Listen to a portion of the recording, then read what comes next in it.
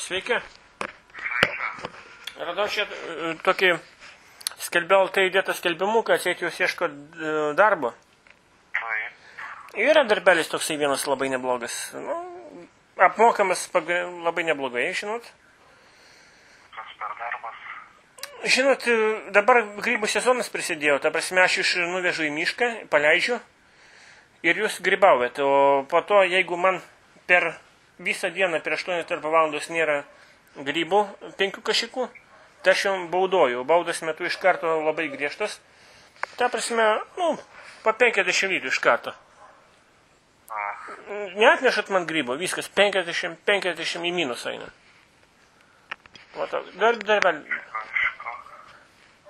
ta prasme, arba mėlynių, vėliau prasidės mėlynių sezonas. Jeigu man į dieną nebus 20 litrų mėlynių, tai aš baudoju iš karto, baudas dedu 20 litrų, 20.